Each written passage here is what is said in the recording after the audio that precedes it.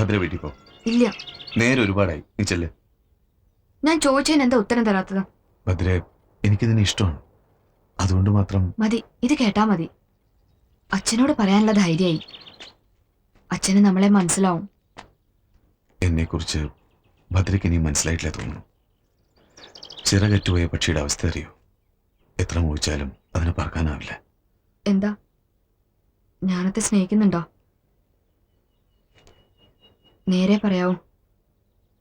എന്നോട് ഈ ചോദ്യം ആരും ഇതേവരെ ചോദിച്ചിട്ടില്ല. മറുപടി ആർക്കും അറിയാൻ വേണ്ട. ഒരേ വീട്ടിൽ ഇത്രയും കാലം കഴിഞ്ഞവളെ മറ്റൊരാളുടെ കൈ പിടിച്ചു കൊടുക്കാനാണ് എനിക്കിഷ്ടം. ഇത് മാത്രം അറിഞ്ഞാൽ മതി. ഇപ്പൊ എന്റെ കൂടെ വരാമെങ്കിൽ ഇന്ന് തന്നെ പറയാം. എന്തിനാ ഭദ്ര ഇങ്ങനെ കുട്ടികളെ പോലെ വാശി പിടിക്കുന്നത്? എല്ലാറ്റിനും ഒരു ആലോചനമാണ്. എന്തോ മനസ്സ് പേടിക്കുന്നു. ഇന്നലെ വരെ അനുഭവിക്കാത്തൊരു ഭയം. അതിനിപ്പോ എന്താ ഉണ്ടായേ? ശാസ്ത്രികൾ എന്റെ അച്ഛനെ കണ്ടു എന്ന് പറഞ്ഞില്ലേ? ഇന്നലെ എന്നോട് പാട്ട് പഠിക്കാൻ പോണ്ടെന്ന് പറഞ്ഞു. അതിലെന്തോ ഒരു പന്തിയേട്. മോഹിച്ചത് കൈവിട്ടു പോയാലോ? അച്ഛന്റെ അമ്മയുടെയും മുമ്പില് കളവ് ചെയ്തവളെ പോലെ നിൽക്കാൻ വയ്യ. ഒരു പെണ്ണ് സ്നേഹം ചോദിച്ചു വാങ്ങുന്നതിന്റെ നാണക്കേട് അറിയാഞ്ഞിട്ടല്ല. ഭദ്രേ, വർഷങ്ങളായിട്ട് ഞാൻ പാടുന്നുണ്ട്. അത് കേട്ട് തലയാട്ട് താളം പിടിക്കുകയും ചെയ്യുന്ന സ്ഥിരമുഖങ്ങൾ കണ്ടു മടുത്തു. സംഗീതത്തെക്കുറിച്ച് കൂടുതൽ അന്വേഷിക്കാൻ പ്രേരിപ്പിച്ച് ഭദ്രയുടെ ചോദ്യങ്ങളാണ്.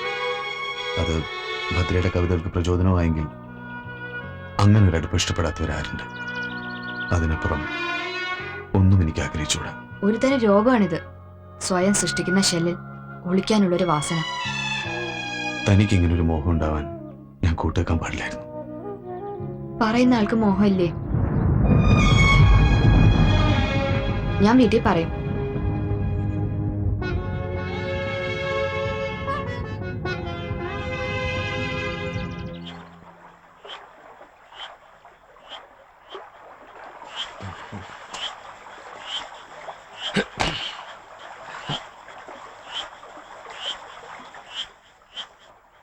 മാധവ, ഇന്ത നേരത്തിലെ ആരാ എന്റെ മോളെ പാട്ട് പഠിപ്പിച്ചത്? താൻ കള്ളു കുടിച്ചു നടന്നു. മകളെ പഠിപ്പിക്കുന്നത് താനാണെന്ന് കളവും പറഞ്ഞു. രാമൻ ഇതുവരേക്ക് ഒരു പിഴവ് വരുത്തിയതായി ഞങ്ങൾ കണ്ടിട്ടില്ല. ഒരു വലിയ വീട് പുലർത്താൻ എടുക്ക മുടിയാത്ത ചുമടുമായി നടക്കുകയാണവൻ. പക്ഷേ കുളന്തകളുടെ മനസ്സ് എപ്പോഴാ മാറണമെന്നറിയാനുള്ള ബുദ്ധി എനക്കുണ്ടായില്ല. എന്താ എന്റെ മോൾക്ക് ഞാൻ ചെറുക്കനെ ചോദിക്കണോ? നമ്മ ഈ சொல்றதுல ഏതാവത് സത്യം இருக்கான்னு കേൾக்கிறதுக்கு തന്നെ എനിക്ക് പേടിയാർക്ക് മാധവ. അവന്റെ നിഴൽ മാതിരി എപ്പോഴും നടക്കുന്ന ഒരു പെണ്ണുണ്ട്, എന്റെ മകൾ. കുഞ്ഞിലെ പറഞ്ഞു വെച്ചതാ. അവൾക്ക് അവൻ നഷ്ടമാകും തെരിഞ്ഞ இந்த പുഴക്കരയിലെയോ വീട്ടിലെ കഴുക്കൊല്ലയോ അവനക്കൊത് തെരിയും. എന്നാൽ അതങ്ങ് നടത്ത്. അല്ലെങ്കിൽ അവനെ എങ്ങോട്ടെങ്കിലും പറഞ്ഞു വിടണം. നന്നായി പാടുന്നുണ്ടല്ലോ, എവിടെയെങ്കിലും ഒരു ജോലി ഞാൻ ശരിയാക്കി കൊടുക്കാം. இந்த ഇടം വിട്ടുപോകാൻ കഴിയാത്ത ഒരെണ്ണങ്ങൾ. സംഗീതം ദൈവം തന്നത്. അത് വിൽക്കാൻ പാടില്ലെന്ന് അവനെയും ഞാൻ പഠിപ്പിച്ചില്ലേ. അതുകൊണ്ട് വേണ്ടിടത്ത് തൊണ്ട വരളും, വിശ്വാസം നഷ്ടപ്പെടും. ഒന്നോ രണ്ടോ അനുഭവങ്ങൾ അവനങ്ങനെ ഉണ്ട്. പറഞ്ഞിട്ടില്ലേ, ശാപം കിട്ടിയവരാ ഞങ്ങൾ. ഇവിടെ തന്നെ ഞങ്ങൾ ചുറ്റിത്തീരും. 7 or 8 വയസ്സുള്ളപ്പോ അവന്റെ രക്ഷകന്റെ വേഷം കെട്ടിയവനാണ് ഞാൻ. സത്യത്തിൽ മാധവ, അവനെ നശിപ്പിക്കായിരുന്നു എന്റെ രക്ഷയ്ക്ക്. ഞാൻ എന്നെ ചെയ്യണം. എന്റെ മകളൊരു പാവമാണ്. ഇനി അവളെ മോഹിപ്പിച്ചുകൂടും. എന്താ വേണ്ടത്? ചെയ്യേണ്ടത് ശാസ്ത്രികളാണ്. ആലോചിച്ച് നിൽക്കാൻ ഒരു നിമിഷം പോലും ബാക്കിയില്ല.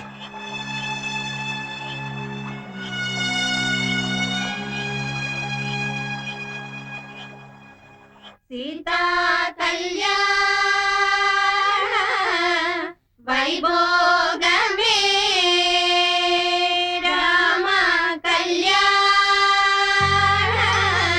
വൈഭോഗമേ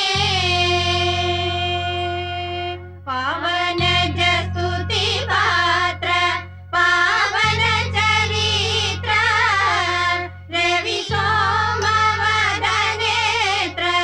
രമണീയ ഗാത്ര പാവന ജസ്തുതി പാത്ര പാവന ചരിത്ര രവി ഏമ്മ പിന്നാടി നിൽക്കണേ. വാമ, രമണീയ ഗാത്ര സീതാ ஏய் பாத்தியா யாருன்னு தாலி கட்டுறதுக்கு முன்னாலே வந்தாச்சு. அதுதான் ஃப்ரெண்ட் கவனிச்சுட்டா. வாமா, எல்லாம் உங்க அப்பாவோட பெரிய மனசு தாமா இந்த கல்யாணம் சீக்கிரம் நடக்கிறதுக்கு காரணம். அவரு சாதாரண மனுஷனல்லம்மா, கடவுள் தான். அப்பா செஞ்ச ஹெல்ப்புக்கு பிரதிபலன் திரும்பி கொடுக்கறது எனக்கு தெரியாது.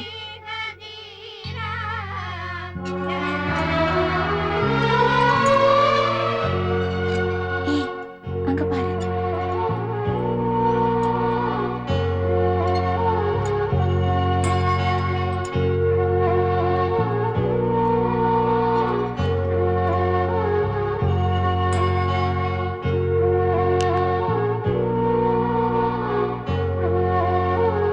நீங்க ഈ നാട്ടിന്ന് പോയിട്ടേന്ന് അപ്പ சொன்னது? രാവിലെ പോവാനിരുന്നതാ, പോയില്ല. ഈശ്വരൻ ഒരാള് മേലെ ഇല്ലയാ, അവരെ നിന്നെ വിടമാട്ടെ. வாமா, நேரமாச்சு. 1 മണി നേരത്തുക്കുള്ള എല്ലാം മുടിഞ്ഞിരും, പോവക്കൂടാതെ.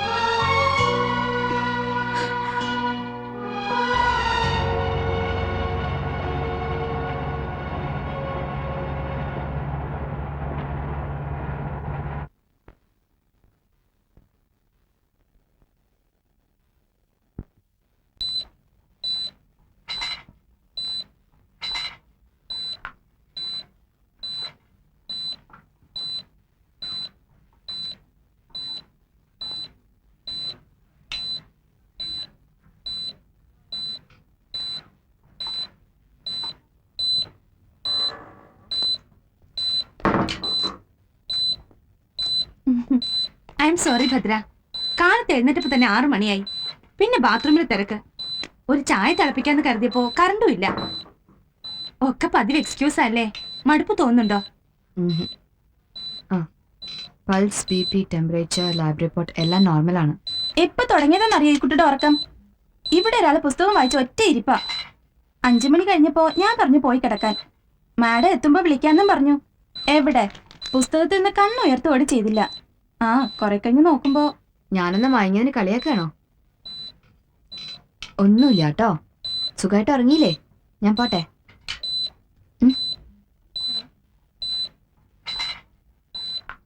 അച്ഛനെ കാണണം അല്ലേ?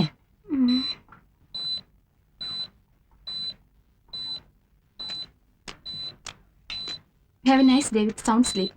See you tomorrow.